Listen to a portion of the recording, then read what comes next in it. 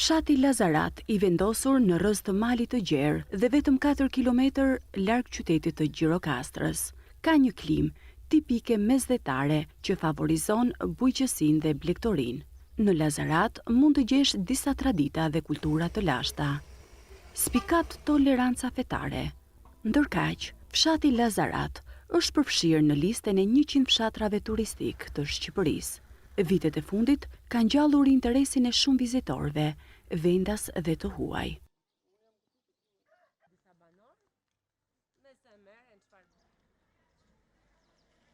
Për vite me radhë, Lazarati ka qenë i njohur për besimin e tij të theksuar islam, por së fundmi, një art tjetër i bukur ka marrë vëmendje dhe është pikërisht ikonografia. Mjeshtri i njohur Drini Difo, me punën e tij, ka filluar të zhvilloj dhe të ruaj këtë traditë, e cila është ndër traditat më të lashta të pikturës mbi dru. Shkolla e mesme e bashkuar, Muhamet Gjollesha e Lazaratit, ka në orën mësimore, sot këtu në studion e gëzëndjes së drurit dhe të pikturës, për të njohur nga afër me gëzëndjen e drurit dhe si fillon puna në këtë zhandër të drurit. Fëmijët kanë ardhur nga 2 klasa, janë të shoqëruar nga mësuesit e tyre. Fëmijët kanë një kurreshje shumë të madhe. Fillimisht ishin pak të ndrojtur, tani ata, pasi kaloi ora e parë e mësimit, janë më të lirë, janë më afër me ne dhe kanë dëshirë që t'i zënë të gjitha me radhë pajisjet që ka studiua e punës. Sot në orët e mësimit, faktikisht fëmijët e shkollës së Lazaratit bën 2 orë mësimore dhe mësuan konkretisht për të bërë vizatimin direkt mbi dru, pa detyrime mësimore, si hidhet vizatimi mbi sipërfaqen e drurit dhe si fillon gëzëndja me daltat. Kjo ishte si fillim dhe shoh dëshirë të madhe tek fëmijët, se këta janë të vegjël, po dëshira është e madhe. Veprat e Drinit kanë tërhequr vëmendjen e institucioneve dhe organizatave të ndryshme, të cilat merren me ruajtjen e kulturës dhe traditës. Qendra për hapje dhe dialog në bashkëpunim me Shkollën e Mesme të Bashkuar Muhamet Gjollesha, Lazarat, organizua një aktivitet për orët e hapura dhe rëndësinë e orientimit profesional për nxënësit. Qendra për hapje dhe dialog në Kryeministri zhvilloi aktivitetin ditën e sotme në bashkëpunim me mjeshtrin ikonograf Drini Difo në punishten e tij, ku është shumë e rëndësishme, dhe fatmirësisht përveç pjesës që ne duhet sot të gjithë duhet të ndërgjegjësojmë dhe të promovojmë vlerat që kanë artistë të tillë, fatmirësisht kishim edhe pjesë një grup nxënësish nga shkolla Muhamet Gjollesha, të cilët në kuadër të orientimit të karrierës u njohën me pjesën e përpunimit të drurit, që është shumë një vlerë e shtuar, që në krahinën e tyre ekziston një punisht e tillë dhe kishin shumë të aksesueshme. U njohën me pjesë nga punët e ikonografit të nderuar dhe zotit Drini, si dhe e prekën realisht të gjitha të pjesë artistike ku Drini performon me artin e tij. Jo vetëm që është një mjeshtër ikonograf që është shumë e rëndësishme që duhet theksuar, po dhe si kryetari i shoqatës Sadetare Lazarati, që promovon vlerat e kulturës patriotike, historike të zonës dhe të krahinës dhe kryesisht i fokusuar shumë në fushën e kulturës të krahinës së tij. Është një ndërtje dhe për të bashkëpunuar dhe për të promovuar në vazhdimsi vlerat e tjera që ka krahina, jo vetëm në fushën e ikonografisë, por edhe në kuadër të gjithë vlerave kulturore dhe artistike që përmban zona dhe krahina e Lazaratit.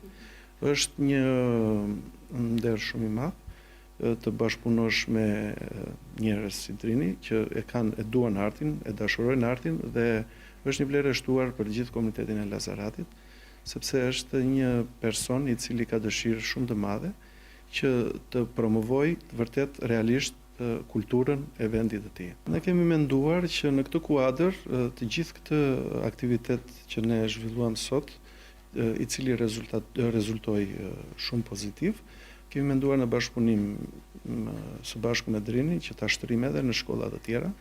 Një pjesë e rëndësishme e zhvillimit të ikonografisë është edukimi dhe trajnimi i të rinjve që janë të interesuar për të mësuar këtë zanat të veçantë. Drini, duke punuar ngushtë me grupet e të rinjve, ka ofruar mundësi për ata që të zhvillojnë aftësitë e tyre në artin e vizatimit, gdhëntjes së drurit dhe punimit të ikonografisë. Unë jam në klasën e 6 në shkollë Muhamet Gjollesha dhe është herë e parë që vi në një marangozi të tillë, më duket diçka shumë interesante dhe e bukur. Çfarë informacion kishit më përpara për drurin dhe si u gjendet ju sot? Në shtëpi tona ka dru edhe ka punime shumë të bukura me dru, ama kur vjen këtu është diçka më interesante se mëson edhe si punohet druri në marangozi. Të vazhdoj edhe ta ndjek.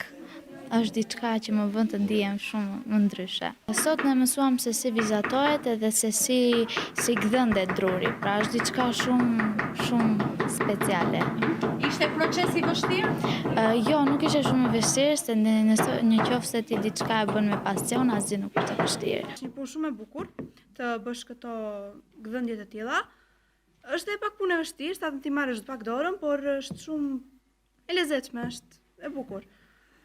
Mendoni që do vini përsëri, do zhvilloni dhe orë të tjera? Po, nëse është plan nësi morë, ose edhe neve vetë do me thënë me shoqërinë, të vim të shikojmë ndonjë punë këtu se si punohet, sepse është bukur edhe është edhe shumë argëtuese që ta bësh. Përmes orëve të hapura dhe bashkëpunimit me institucione të ndryshme, si shoqata, Adhetare Kulturore Lazarat dhe Drejtoria Arsimore, të rinjt janë orientuar jo vetëm në zhvillimin e aftësive kulturore, por edhe për të mësuar një zanat që mund të shndërrohet në mundësi ekonomike. Ky bashkëpunim ka ndikim të drejtë për drejtë në përpjekjen për të ruajtur dhe zhvilluar aftësitë, por në të njëjtën kohë ka synim orientimin e tyre drejt zanateve.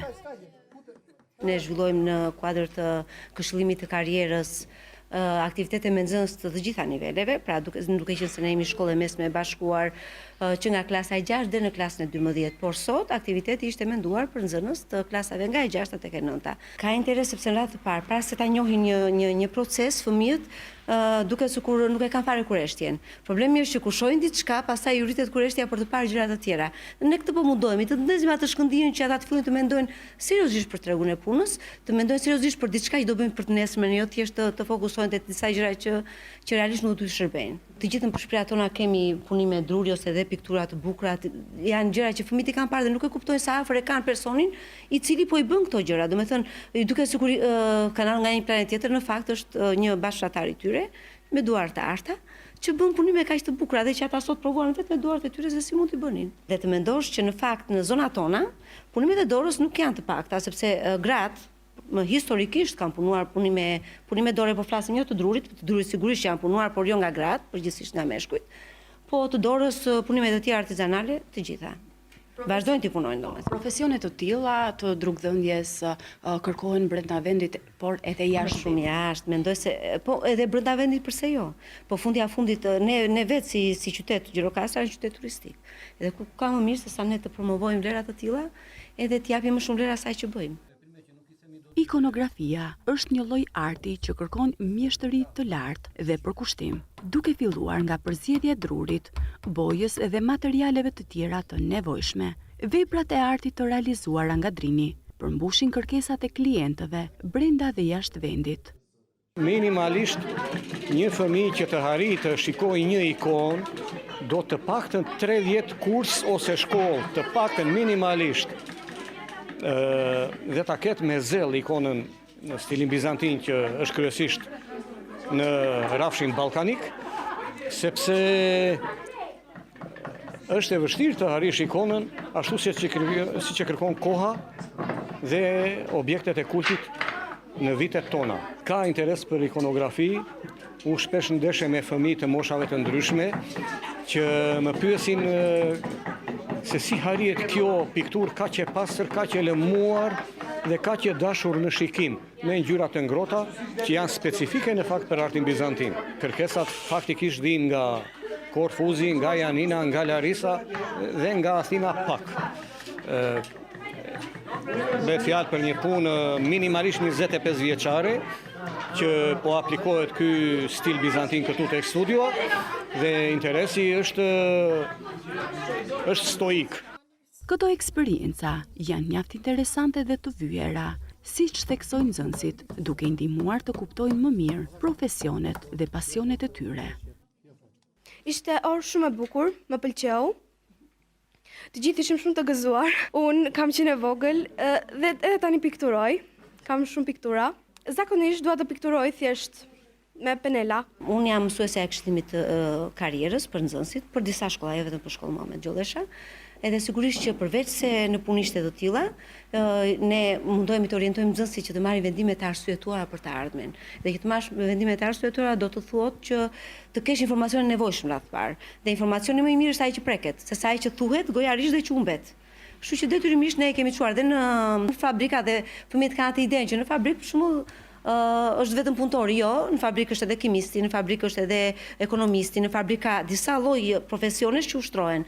Kështu që ne kemi çuar edhe në për fabrika të ndryshme, kemi plane të tjera sigurisht për të çuar në vende të tjera pune ku ushtrohen profesione të ndryshme, në mënyrë që të njohin sa më shumë profesione, të shohin ku i kanë aftësitë dhe prirjet, të shohin çfarë mund të bëjnë më mirë që të mund ta ushtrojnë të ardhmen. Që të paktën atë që do bëjnë nesër, ta kenë të menduar mirë, mos jetë një vendim i marrë se vjen dita në moment që do marrësh vendimin për të ardhmen një krejtësisht pa përgatitur për atë që të pret të nesërmen. Edhe bën zgjedhje të gabuar. Sa mendoni që po ju vjen në ndihmë edhe këtyre nxënësve? Unë mendoj se shumë.